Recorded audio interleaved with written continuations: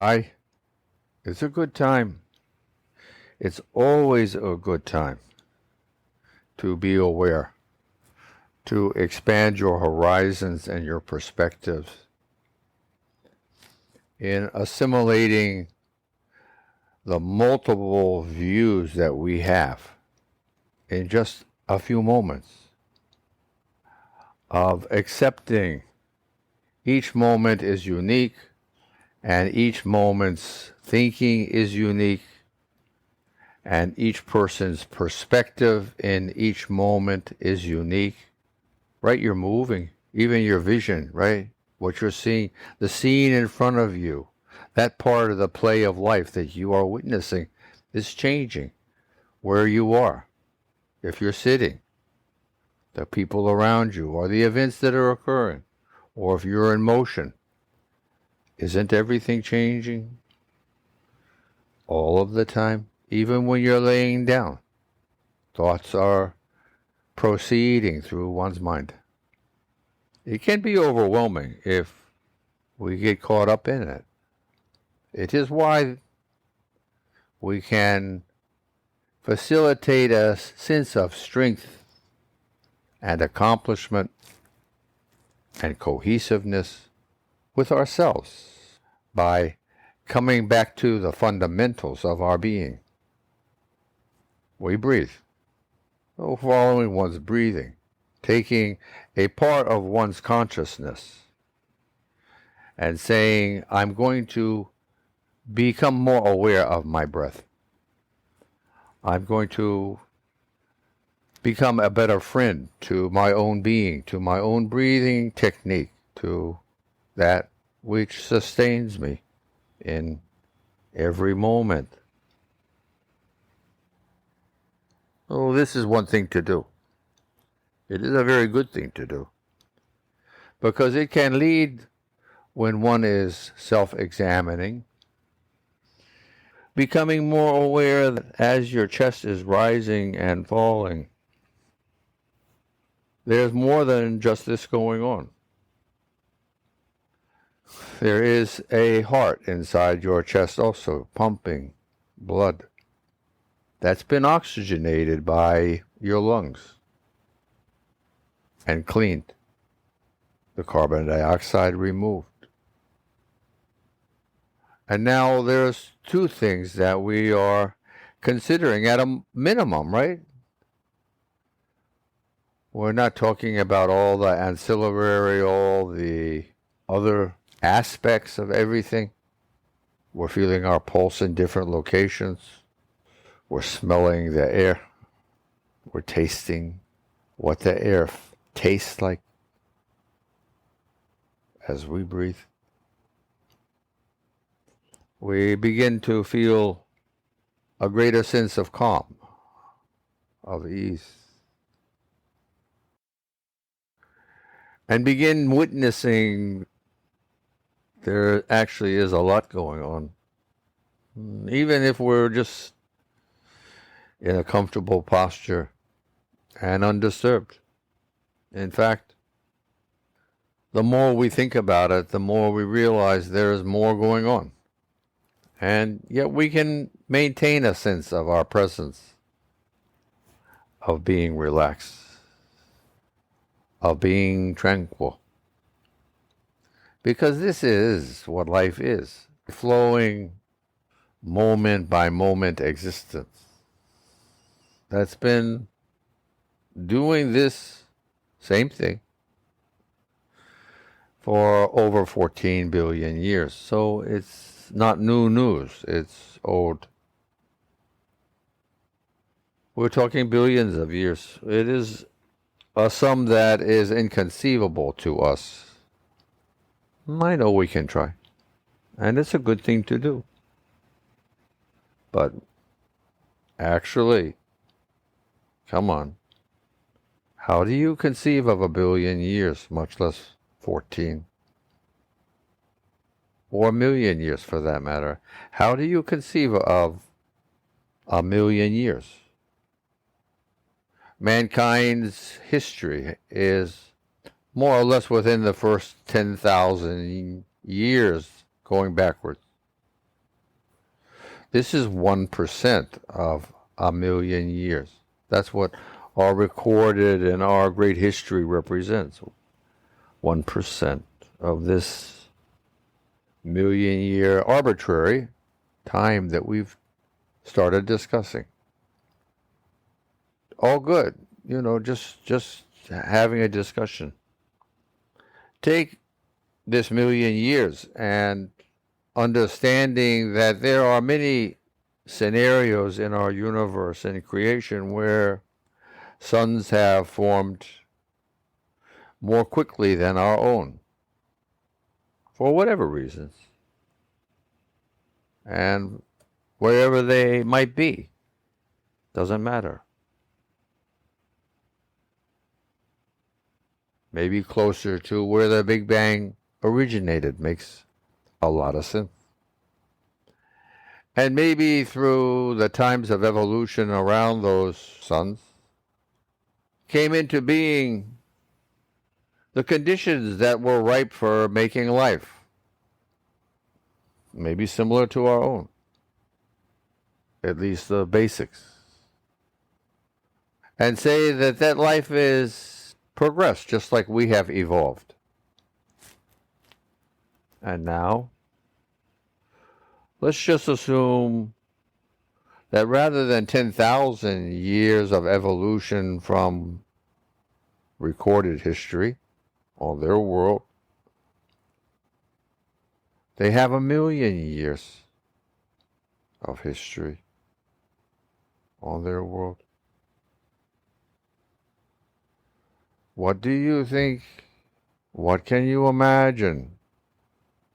What do you contemplate? The difference is between them and us with this type of perspective, this type of historical background for them to learn from.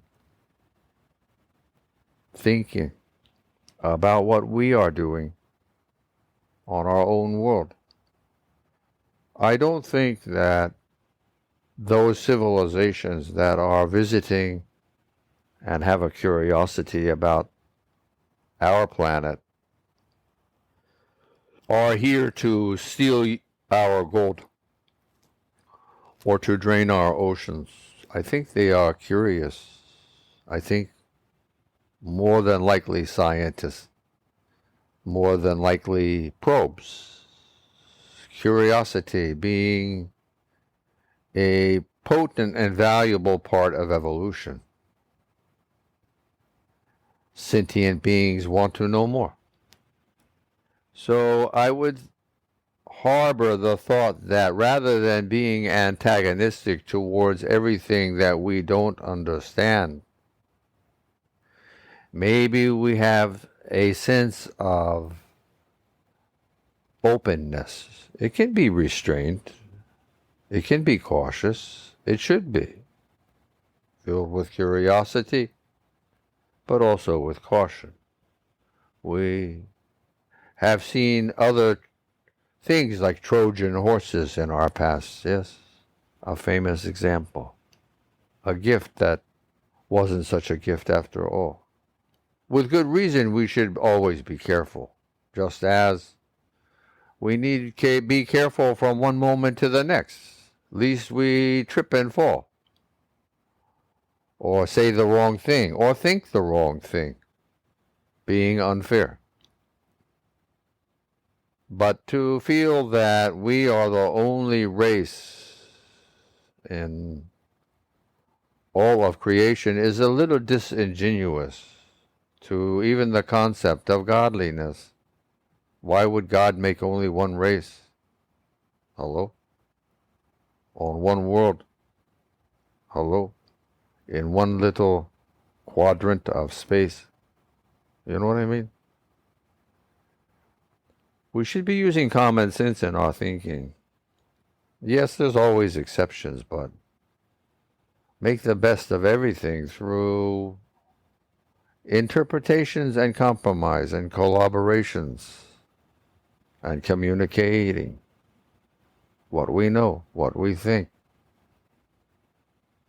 what our cultures show, what our religions, What are spiritual traditions? What are forms of government and forms of community showing us in this last 10,000 years of our somewhat recorded evolution?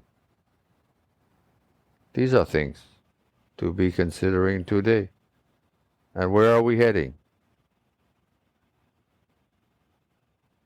We are still quite primitive.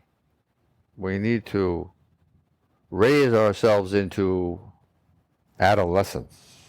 We need to make a greater consideration, a greater perspective of what's going on around us. Wouldn't you call this adolescence when you begin to realize that there's a bigger world that exists beyond your home, your family, your friends? And all of a sudden, continents, responsibilities, communities, the future, the past, all are taking shape in your mind. This is your wisdom, your knowledge, your expanding experience coming into play. This is what we need. We are here. Be unafraid. Are we perfect? No. Are we making mistakes? For sure. Are we still fighting each other even though we're one family? So, I would hesitate to say that we need be more afraid of aliens or other species than we need to be wary of our own fellow man, because we're acting primitively all of the time. Our societies enhance it. Our power structures want to maintain their power and so discourage intellectual free thinking, perspective, that one might adhere and maintain whatever hierarchical structures have been created. What can one do is just be wise, thinking about these things, be understanding of them. There is a rhyme and a reason for everything. It doesn't happen out of nothing. And we can compromise and make changes. That should be our goal. The revolution of the Aquarian age, the dawning, which is this 10,000 years, is an opportunity for us to learn to better communicate, to help ourselves evolve in a harmonious and a more graceful way.